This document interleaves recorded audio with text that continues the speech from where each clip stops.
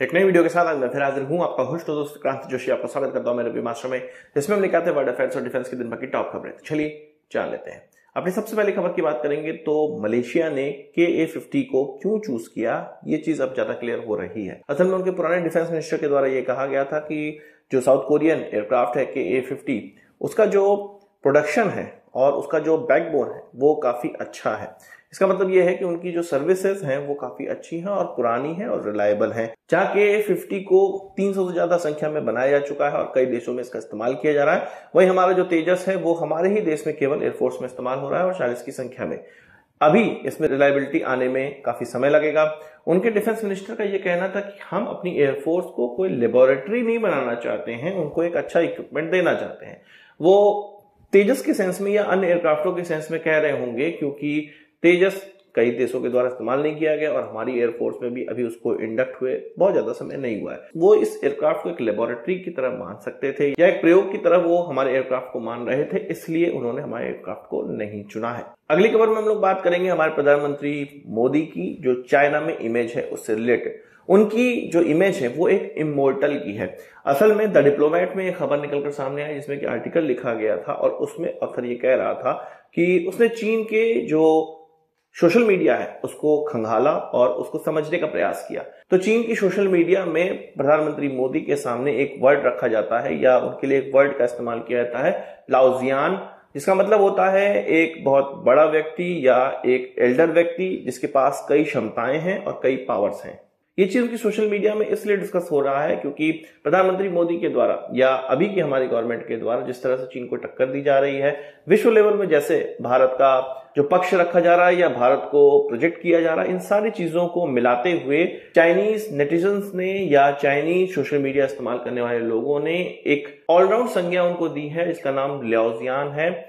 इसका मतलब मैंने आपको बता दिया है, एक ऐसा व्यक्ति, एक ऐसा ऑरा वाला व्यक्ति जो कि कंफ्यूजन भरा व्यक्ति है, उसके बारे में बहुत ज्यादा नहीं कहा जा सकता है, उसके पास अच्छी पावर्स हैं, वो एक बूढ़ा व्यक्ति है, इस तरह की संख्या उनको दी गई है। अब बात कर लेते हैं Su-30 MKI की, जिसका कि एक्सीडेंट होने वाला था और वो बच गया।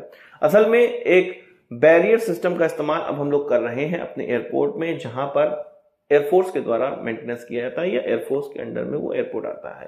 पुणे एयरपोर्ट में एक ऐसा रनवे है जिसका एयरफोर्स के द्वारा निर्माण किया गया है या उसका रखरखाव एयरफोर्स के द्वारा किया जाता है। वहां पर Su-30 उतरने वाला था। जब ये उतरा तो इसका डी एक्सेलरेशन ठीक से नहीं हो पा रहा था, कुछ सिस्टम में गड़बड़ी थी। इस कारण से इस बैरियर का इस्तेमाल किया गया जो कि DRDO के द्वारा बनाया गया है और साथ ही साथ ऑर्डिनेंस फैक्ट्री के द्वारा इसका निर्माण किया जाता है। हमारे पास बहुत संख्या में है।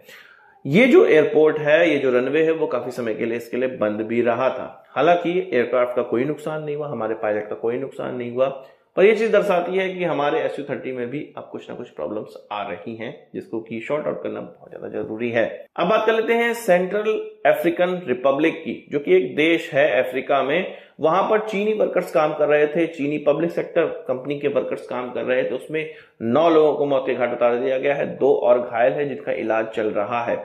यह मैटर इतना सीरियस है कि शी जिनपिंग ने उस देश की अथॉरिटीज को फोन किया और ये कहा कि भाई जो भी जिम्मेदार है उनको इसका पनिशमेंट मिलना चाहिए।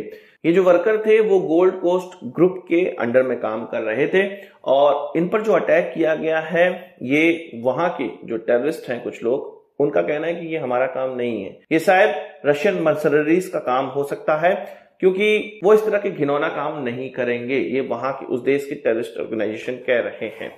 तो इस तरह की मिली जुली प्रतिक्रिया वहां पे आ रही है। शी जिनपिंग ने तो कह दिया कि भाई जो भी किया है उसको पनिशमेंट दो, और तिलमिलाया हुआ है पूरा चीन, क्योंकि एक बहुत बड़ी घटना उनके यहाँ हो चुकी है।